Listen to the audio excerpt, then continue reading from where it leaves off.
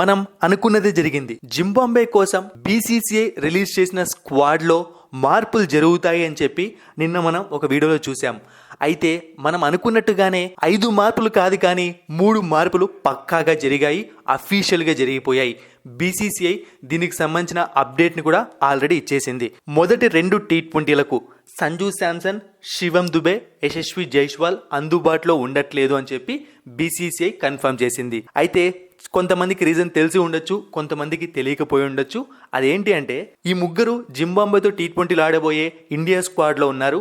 అలాగే team India T20 world cup స్క్వాడ్లో కూడా ఉన్నారు. ఈ పాటికి మీకు తెలిసే ఉంటుంది, మన ఇండియన్ ప్లేయర్స్ బర్బడాస్లో, వెస్టిండీస్లో తుఫాను కారణంగా చిక్కుకుపోయారు. దీంతో వాళ్ళు ఇక్కడికి రావడానికి ఆలస్యం అవుతోంది.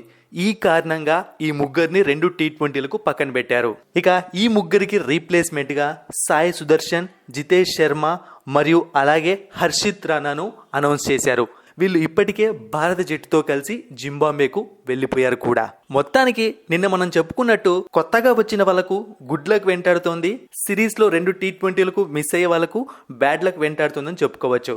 ఎందుకంటే ఇప్పుడు కొత్తగా వచ్చిన ముగ్గురులో ఎవరైనా సరే ప్లేయింగ్ 11లో చోటు సంపాదించి బాగా పర్ఫామ్ చేస్తే సెలెక్టర్ల దృష్టిలో పడే అవకాశం ఉంటుంది. ఎందుకంటే T20 క్రికెట్కు కొత్త టీమిండియా రెడీ అవ్వబోతోంది కాబట్టి. శుభ్మన్ గిల్కు, సాయి సుదర్శన్కు మంచి ర్యాపో ఉంది, ఐపీఎల్లో మనం చూసాము. కాబట్టి యశస్వి జైస్వాల్ లేని టైంలో శుభ్మన్ గిల్ సాయి సుదర్శన్తో కలిసి ఓపెనింగ్ చేసినా కూడా ఆశ్చర్యపోనవసరం లేదు. ఇంకా ఇలాంటి అప్డేట్స్ మనకి ఏమైనా తెలిస్తే తెలుసుకుందాం. మరిన్ని ఇంట్రెస్టింగ్ వీడియోస్ కోసం సబ్స్క్రైబ్ చేయడం మర్చిపోకండి.